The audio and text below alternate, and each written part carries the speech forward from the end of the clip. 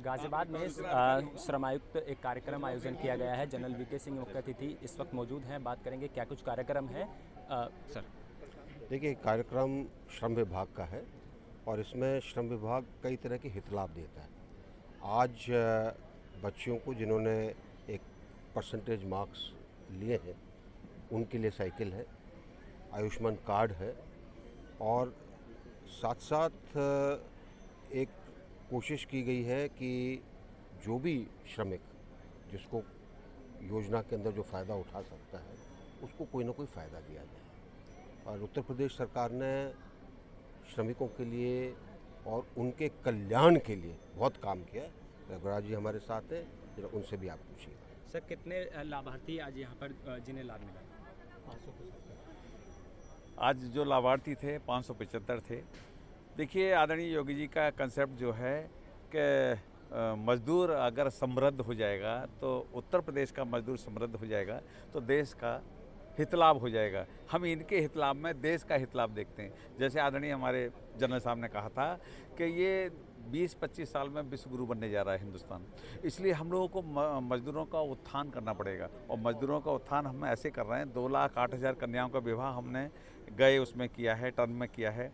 अब हमने अपना ही तोड़ना है, अपना ही रिकॉर्ड तोड़ना है। कोई और सरकार तो है नहीं, हमारी सरकार थी। अब हम 5 लाख कन्याओं का विवाह करेंगे, जिनको 1 लाख रुपए देंगे। पहले 75,000 रुपये देते थे, अब 1 लाख रुपए देंगे। आदरणीय योगी जी ने घोषणा की थी। तो इनके माध्यम से हम मजदूरों का जब हित लाभ देखेंगे, 1% हम सेस लेते हैं। हमारा ही विभाग ऐसा है कि चाहे भारत सरकार हो चाहे प्रदेश सरकार हो, समस्त विभागों जितनी कार्यदायी संस्था है उनसे 1% सेस लेते हैं, जिस पर मेरे पास 6,000 करोड़ रुपया है। आज की तारीख को हमारे पास पैसे की कोई कमी नहीं है।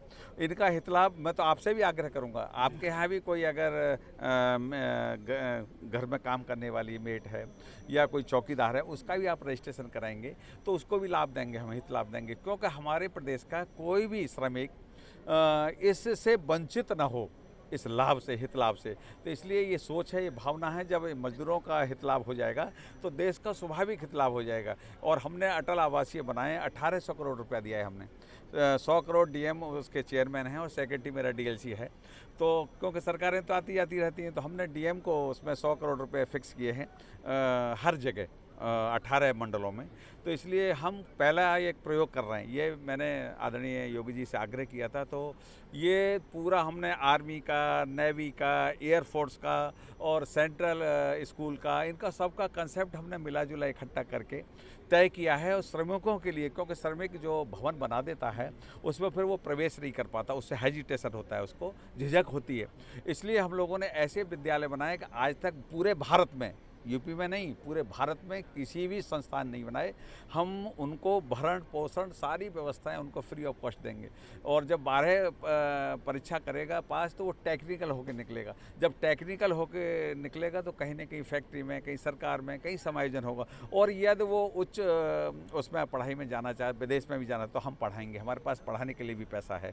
तो हमने जो तय किया है, पूर्ववर्ती सरकारें क्या करती थी, 1 रुपया दिया और 50 पैसा वापस ले लिया। अब हम सीधे उनके डायरेक्ट बेनिफिशियरी को डायरेक्ट आरटीजीएस के माध्यम से, केवल हमारे दस्तखत होते हैं, वो सीधे उनके खाते में जाता है। तो इसलिए ये योगी सरकार है, ये मोदी सरकार है, अच्छे काम कर रहे हैं, इसलिए विरोधियों का काम है कहना। चलिए, धन्यवाद।